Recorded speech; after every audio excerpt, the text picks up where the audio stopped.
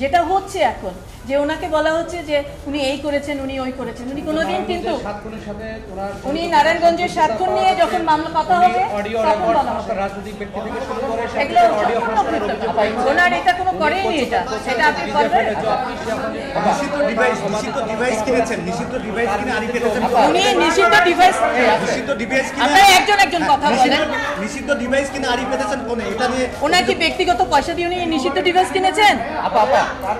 আপা একটু বলে। ঠিক আছে, ঠিক আছে, অনেক ধন্যবাদ আপনাকে। আমার নাম নাজনীন নাহার। আপা একটু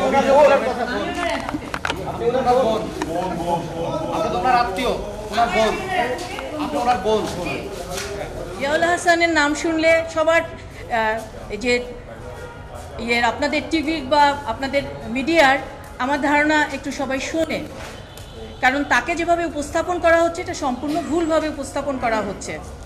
উনি একজন আর্মি কর্মকর্তা ছিলেন এবং উনি একজন অবসরপ্রাপ্ত কর্মকর্তা, যেটা আপনারা সার্বক্ষণিক বলে থাকেন যে উনি একজন বরখাস্ত। উনি বরখাস্ত না, উনি সম্পূর্ণ ওনার যে বেনিফিট সহ উনি একজন অবসরপ্রাপ্ত কর্মকর্তা।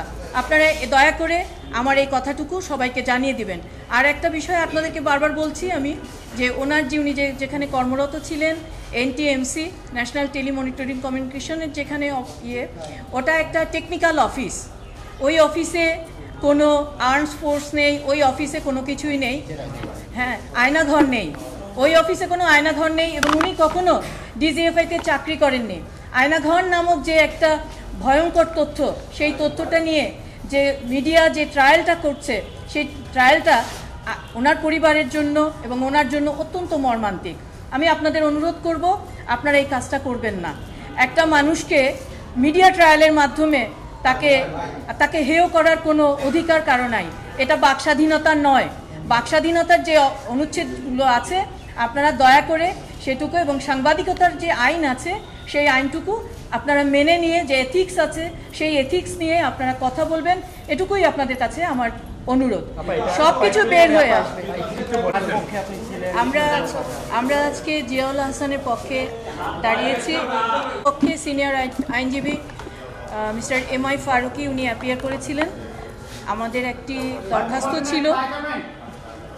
দরখাস্ত ছিল, কিন্তু সেই দরখাস্তটি যেহেতু আজকেই আমরা ওকালতনামা দাখিল করতে পেরেছি, সেহেতু সেই দরখাস্তটি কোর্টের প্রসিডিউর অনুযায়ী প্রসিকিউশন বলেছেন যে ওনাদের সময় দরকার এবং দরখাস্তটি প্রপার ওয়েতে রেজিস্ট্রারের মাধ্যমে আসতে হবে, কোর্টের এভাবে প্লেস করা যাবে না। সেহেতু আমরা এই দরখাস্তটি আগামী 2 সপ্তাহের মধ্যে আমাদেরকে দরখাস্তটি ফাইল করতে হবে এবং দরখাস্তটি শুনানি হবে। ফাইল করতে 2 সপ্তাহের মধ্যে শুনানি করতে হবে। দরখাস্তে আমরা যেটি আবেদন করেছি সেটি এখন বলা উচিত না, যেহেতু এটা আমরা এখনো প্লেস করিনি। প্লেস করার পরে অবশ্যই আপনারা সব কিছু জানবেন।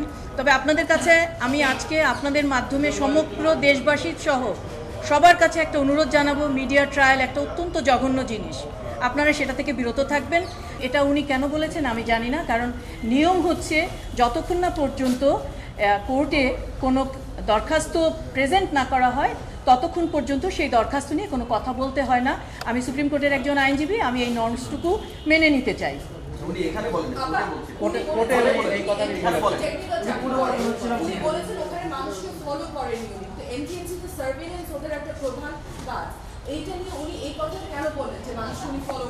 আচ্ছা, এনটিএমসির কাজ কি এই সম্পর্কে যদি আপনারা জানতে চান আপনারা আসেন, আমি আপনাকে একটা লেখা দিব। এই লেখাটা ওনার লেখা। এনটিএমসি কিভাবে কাজ করে। এনটিএমসি হচ্ছে এটা আমি বলবো অনেকটা লাইব্রেরির মতো। এখানে এটা একটা প্ল্যাটফর্ম। এই প্ল্যাটফর্মে এটা হচ্ছে একটা ডিজিটাল প্ল্যাটফর্ম, যে প্ল্যাটফর্মকে সমস্ত ল এনফোর্সিং এজেন্সিগুলো ব্যবহার করে।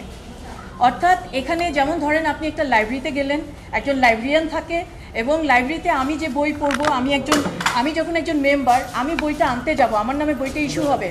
এখন আমি কোন বইটা পড়বো, ইতিহাসের বই পড়বো না গল্পের বই পড়বো, it's totally depends up to me, আমার উপরে ডিপেন্ড করবে। এটা যিনি বই ইস্যু করেন এটা তার কোনো দায় দায়িত্ব না।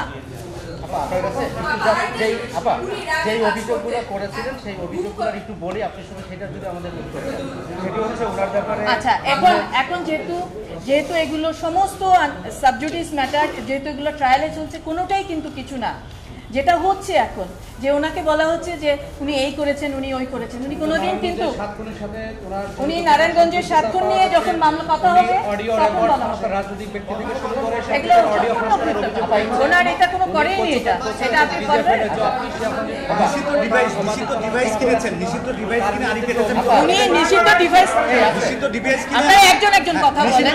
নিষিদ্ধ ডিভাইস কিনে আড়ি পেতেছেন কোনে? এটা নিয়ে ওনার কি ব্যক্তিগত পয়সা দিয়ে উনি নিষিদ্ধ ডিভাইস কিনেছেন?